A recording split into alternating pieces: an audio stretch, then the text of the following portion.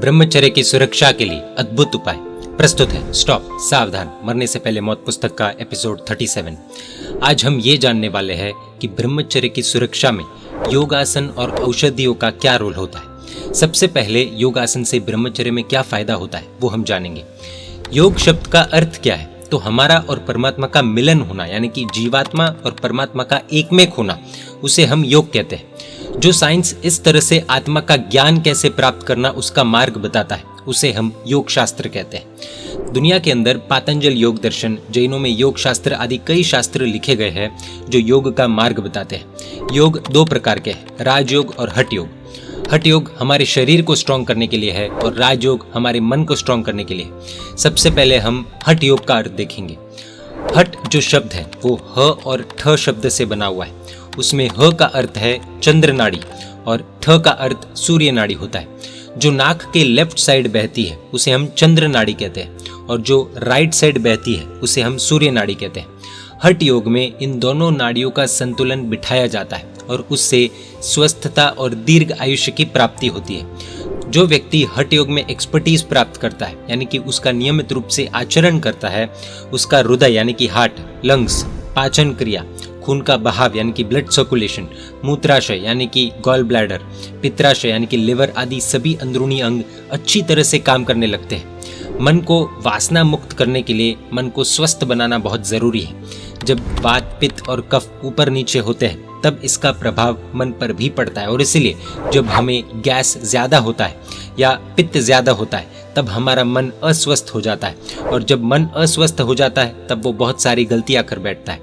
इसलिए अगर हमें विकार शून्य बनना है, वासना मुक्त बनना है, तो हमें चित्त को स्वस्थ करना जरूरी है और इसलिए तीन तत्वों को यानी कि वाक, पित्त और कफ को काबू में रखना जरूरी है और इसमें हठ योग मदद करने वाला बनता है।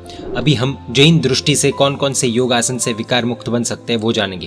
पॉइंट नंबर 1, योग आसन वासनाओं का नाश कर शुद्धि की प्राप्ति करवाते हैं। इसी प्रक्रिया को हठ योग कहते हैं। इसलिए जैन शास्त्रों ने वासना मुक्ति के लिए हठ योग को भी मान्यता दी है। हालांकि जिनके पूर्व भव की आराधनाएं अच्छी होती है, ऐसे मुमुक्षु डायरेक्टली राजयोग में प्रवेश कर सकते हैं। उनके लिए शीर्षासन या सिद्धासन की जरूरत भी नहीं होती है। ऐसी पुण्यात्माएं जिन पूजा, त्रिकाल दर्शन, वंदन आदि, जिनवाणी श्रवण आदि 6 आवश्यकों का पालन आदि श्रावकाचार अथवा साधु आचार की प्रक्रिया से मोक्ष मार्ग पर अच्छी तरह से प्रयाण कर सकते हैं। ये जितने भी आचार हैं वो राजयोग कहे गए हैं। उन मुमुक्षों की आत्मा ही इतनी स्ट्रांग होती है कि उनके ऊपर बाहर के निमित्तों का प्रभाव ही नहीं होता। परंतु जिन व्यक्तियों के ऊपर बाहर का प्रभाव होता है उनके लिए हठ योग बहुत उपयोगी है।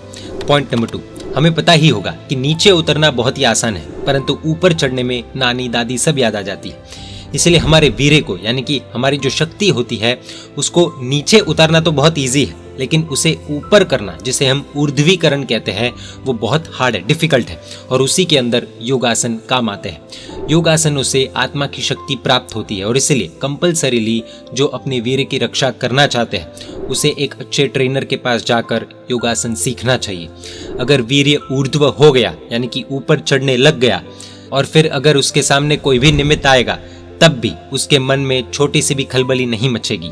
पॉइंट नंबर 3, आज के युवा वर्गों को योगासन सीखने बहुत जरूरी है। उससे शरीर व्यवस्थित होगा और स्वास्थ्य भी अच्छा होगा, जो आज के लोगों में हमें बहुत कम दिखती है। जो लोग घर पर पड़े रहते, देरी से उठते हैं, वो भी अगर योगासन करेंगे तो उन्हें भी वीर्य का ऊर्ध्वीकरण होने से निर्विकारता की अनुभूति होगी। पॉइंट नंबर 4, वीर्य को ऊपर उठाने के लिए लंबे लंबे श्वासोश्वास लेना, यानी कि इनहेल और एक्सेल करना बहुत जरूरी है। हमें नियमित रूप से प्राणायाम करके देचक, पूरक और कुंभक को ठीक तरह से करना चाहिए।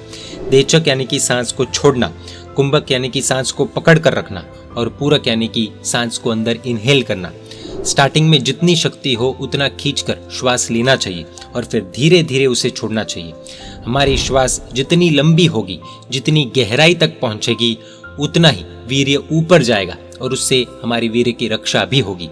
ये 1-2 दिन में ही काम करे वैसी प्रक्रिया नहीं है। जैसे हम 20 साल तक प्रीमियम भरते हैं और उसके बाद पॉलिसी मैच्योर होती है, उसी तरह इस प्रक्रिया को नियमित रूप से करने पर ही वीर्य की रक्षा हो सकती है, वीर्य का ऊर्ध्वीकरण हो सकता है। पॉइंट नंबर 5, 2 आसन वीर्य को ऊपर करने के लिए बहुत जबरदस्त लाभदायी है। शीर्षासन, सिद्धासन। अगर इन आसनों को 15 मिनट भी हर रोज किया जाए तो हमारे वीर्य की रक्षा हो सकती है।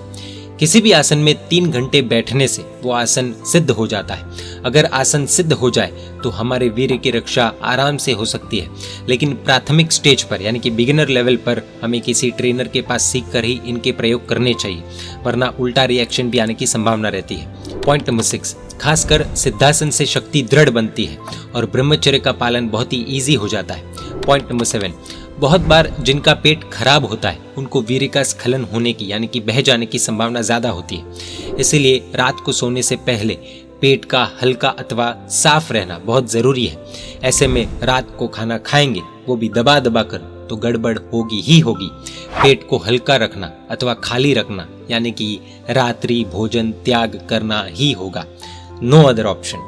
अगर वो होगा तो स्वास्थ्य की सुरक्षा और शक्ति की रक्षा की जा सकती है। पॉइंट नंबर 8, साधु भगवंत नंगे पैर चलते हैं और नंगे पैर चलने पर पैर का जो तलवा होता है वो मिट्टी के साथ डायरेक्ट संपर्क में आता है और इसीलिए ठंडी रेत से उनके दिमाग को पोषण मिलता है और उससे मन की स्वस्थता बनी रहती है, जिससे गड़बड़ी की चांसेस एकदम कम हो जाती है।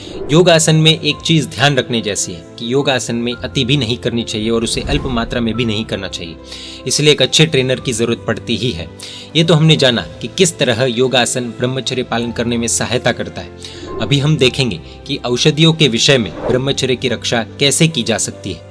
अधिकतर लोग आयुर्वेद को आउटडेटेड मानते हैं। अभी तो एलोपैथी का जमाना चल रहा है, पर एलोपैथी की हर दवा में उसके साइड इफेक्ट्स भी बताए जाते हैं, लेकिन उसमें जो साइड इफेक्ट नहीं बताया जाता है वो ये है कि हमारे वीर्य का स्खलन एलोपैथी लेने से बढ़ जाता है। लेकिन आयुर्वेदिक औषधियों में ऐसा कोई भी साइड इफेक्ट लगभग नहीं होता और इसीलिए अगर ठीक से आयुर्वेदिक औषधियाँ ली जाए तो भी हमारे वीर्य के नाश से बचाव हो सकता है।